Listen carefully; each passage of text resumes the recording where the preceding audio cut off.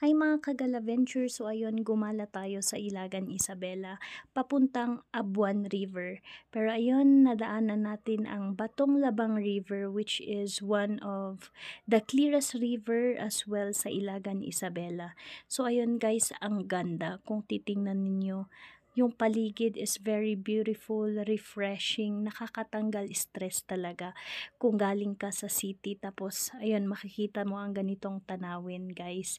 So kung makikita ninyo yung tubig dito, talagang very clear siya, malinis. Pwede pa atang inumin yan.